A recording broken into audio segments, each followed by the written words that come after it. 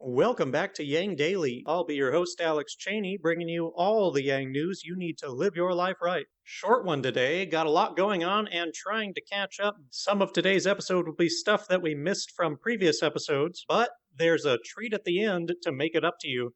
Enjoy. Quick shout out to our Tier 3 patrons, Peter Park, Shay Meehan, and Nathan Stankowski, as well as all our other patrons. You keep us all informed and engaged. If any of you out there want to join these advocates of humanity first and independent journalism, head on over to patreon.com/YangDaily. It would only take a couple of bucks a month from each listener to keep this podcast and community going and growing into the future.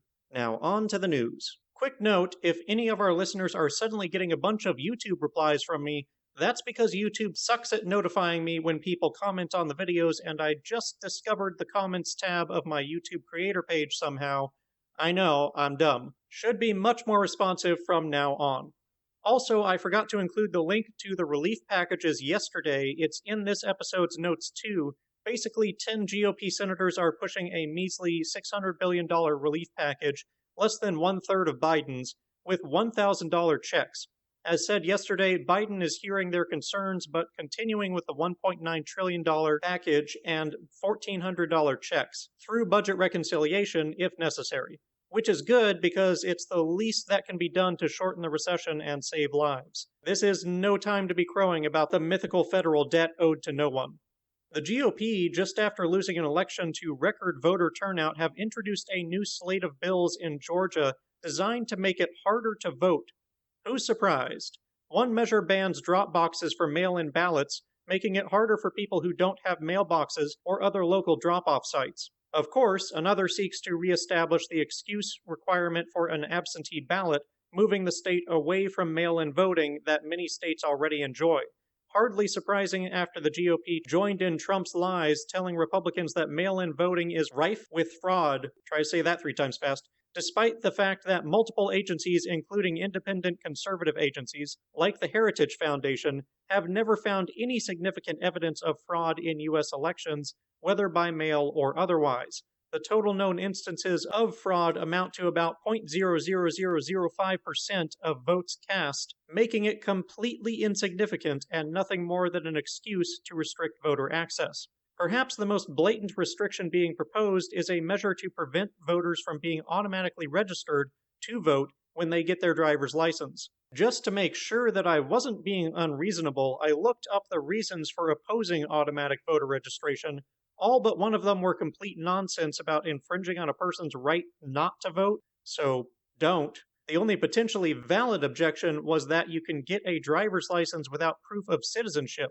First, this is not a concern because, as we discussed, people trying to vote illegally is so rare it doesn't matter. But second, I checked the Georgia DMV website, and guess what you need to get that license? Original documentation showing your identity, residential address, social security number, and U.S. citizenship or proof of lawful status in the U.S. That's pretty much every document that could possibly prove citizenship.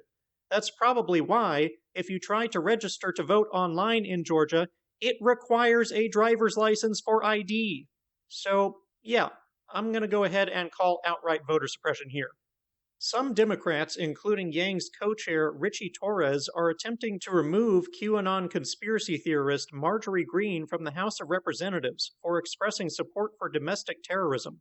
As one example, in 2019, she liked a comment on her Facebook page that stated the fastest way to remove Pelosi from office would be a bullet in the head. She also is vocal about carrying a handgun with her to Congress, continues to loudly spread the seditious conspiracy theory that led to the attack on the Capitol, including wearing a mask that says Trump won, and tweeted out the location of Congress members during the insurrection.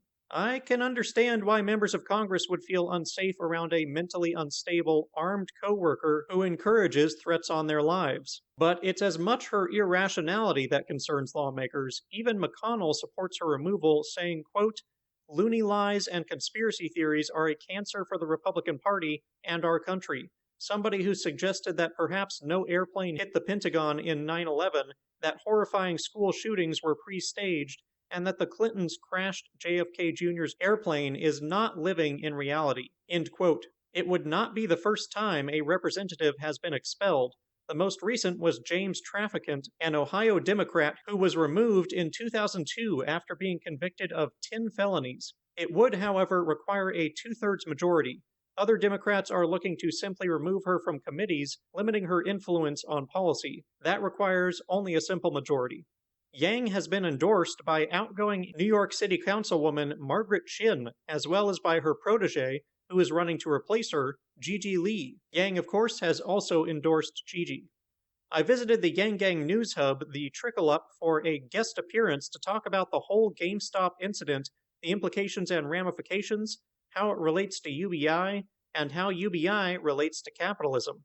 You've pretty much heard the first part already, but I think the second half of the video was a pretty decent explanation of why UBI is inherently capitalist, quite separate from communism and socialism, and how it fixes the perversions of poverty on our economy to make capitalism work as it should.